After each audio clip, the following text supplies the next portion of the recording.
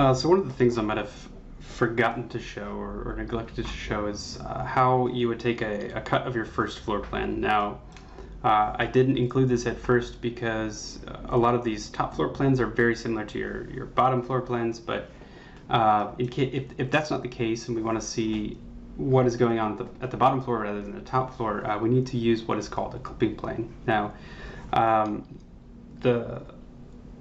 the layout you see here, it follows the layout tutorial.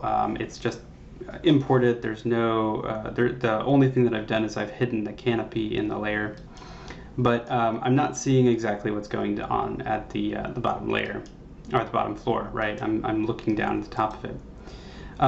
To cut the lower level, which you can see is sort of a problem here, right? With this sort of curve, that there would probably be a wall here, and this would be an overhang. It's a little bit hard to read, but the way that you would get around this is by using something called the clipping plane in Rhino.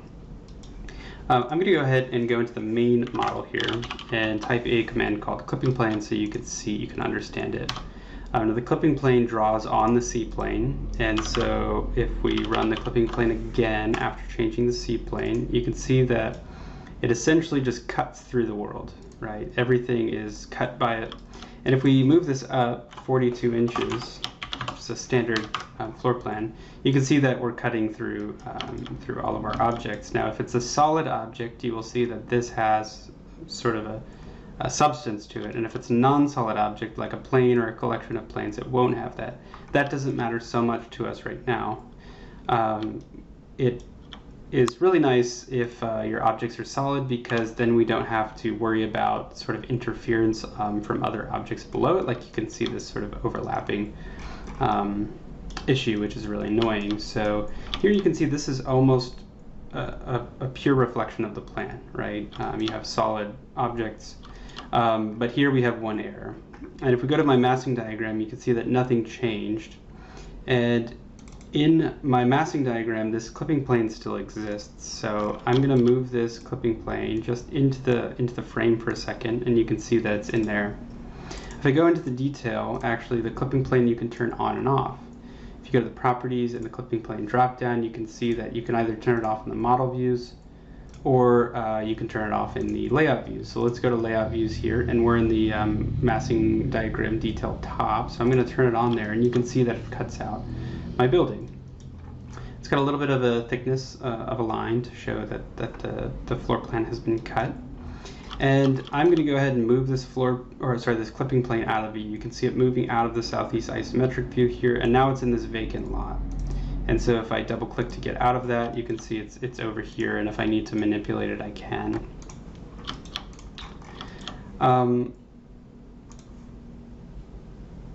There's a couple things that we need to do. You can see that it's not quite perfect, right? It just looks white, and that is because of an error in the overlapping elements. And so what I'm going to do is go to my northwest corner here, and I'm going to unlock my lot layer. So you need to make sure that's unlocked, and I'm just going to move it down -1 inch. And what that does is it just moves the lot down an inch, and it stops any of the clipping. So you should get all of these colors to represent successfully. And now you can go ahead and draw in, your lines on your actual layout, and you can complete diagramming this thing. Now this is what Revit does really well, right? It sort of does all of this stuff for you, and that's why we're using Rhino as a conceptual modeler rather than a construction document tool. But Rhino is much more fluid in making these shapes, putting them together, booleaning them, experimenting conceptually. So that's the process. I'll show it to you one more time. I'm going to go ahead and delete this clipping plane. Now you can see that I have it just looks like normal lines, right? Let's turn my print preview on. This is what you would see when you print. I'm going to go ahead and double click into the view and type clipping plane, and just draw a little square. It doesn't really matter how big. You don't have to do it over the whole thing either, because it cuts through the entire world. I'm going to select this clipping plane, and if I click out of it, you might see that there's some choppiness, but you need to move this up 42 inches. and that is the proper height to cut a floor plan. And then I will just finish out these elements. So if I have an overhang, when I'm not in the detail, I can go ahead and draw in a rectangle. I think I have louvers here. Let's go ahead and turn those on. And let's use a hatch command. And I'll use this hatch one, give it a pattern rotation of 45 and a pattern scale of 0.5. And I'll do, actually, let's go 0.3. Then we can see that that's sort of covered. You might want to change the color of it, display color or print color. We can do other, and we can do like a gray. Draw another rectangle here, and I would have this loading be covered, and I'll hatch that, and it will load the last settings that I had, and I can just match the color to the other.